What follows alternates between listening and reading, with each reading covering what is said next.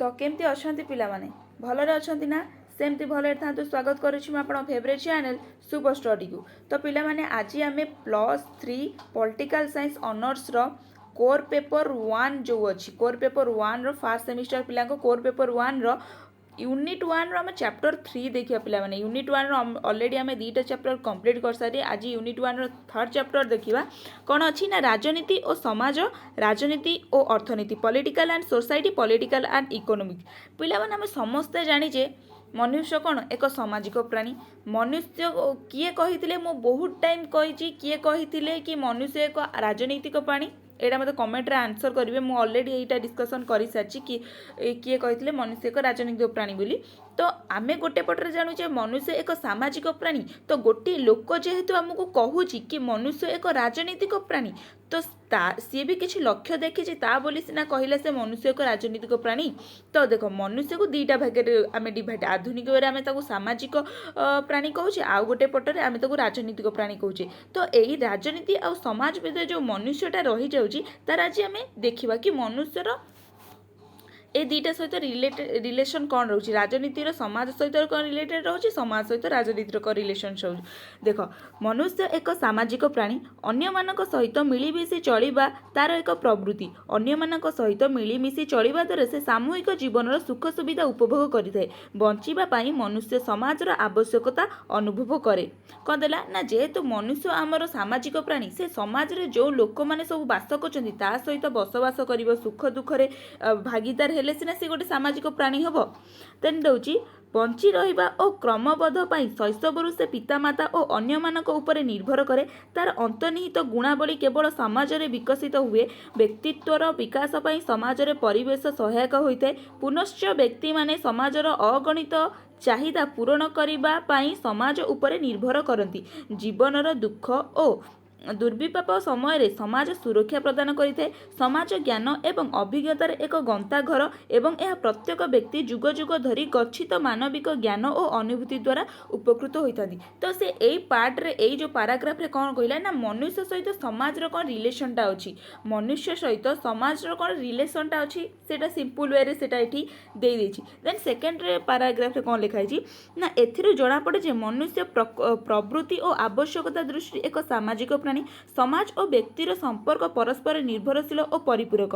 सेमाने सामाजिक जीवन सहित घनिष्ठ भाव में संपृक्त।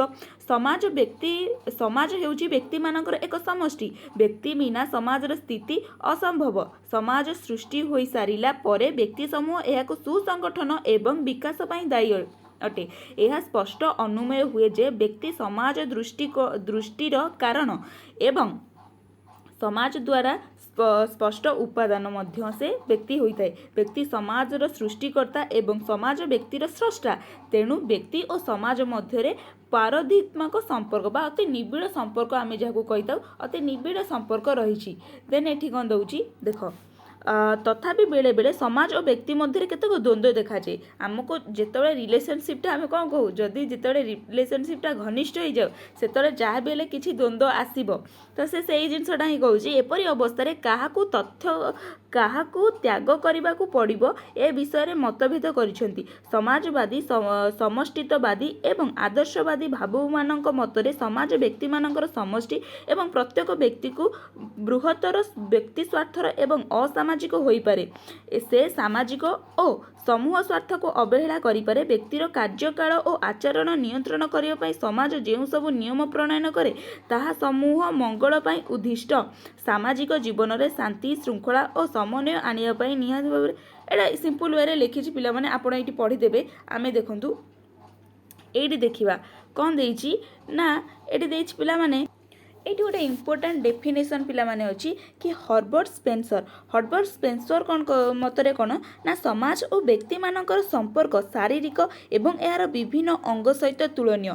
कहा मतरे समाज और व्यक्ति मानकर संपर्क अति व्यक्ति मानकर संपर्क शारीरिक एवं यार विभिन्न अंग परि कहा मतरे ना हर्बर्ट स्पेंसर को मतरे। तापर एइट पिला माने पळे आसंतु कौन एइटा देला ना आमे सबु बेले जानिचे कौन राष्ट्र आ राजनीति से दुईटा परिपूरक राष्ट्र नथिले राजनीति सृष्टि पारिबनी आ गोटे राष्ट्र को सुसंगठित भाव में परिचालन करने राजनीतिर मुख्य आवश्यक अच्छी सी एठी राष्ट्र एवं समाज मध्य पार्थक्य कौन देछि देख कौन ना राष्ट्र एक राजनीतिक अनुष्ठान समाज एक सामाजिक संस्था राष्ट्र परिसर अपेक्षाकृत क्षुद्र अटे मात्र समाजर परिसर व्यापक अटे राष्ट्र केवल राजनीति कार्य सहित संपृक्त मात्र समाज राजनीतिक कार्य समेत आर्थिक धार्मिक सांस्कृतिक अन्यान्य कार्य सहित संपृक्त अटे राष्ट्र आयतन एक सीमा निर्दिष्ट मात्र समाज सीमा बा आयतन स्थिर नुहे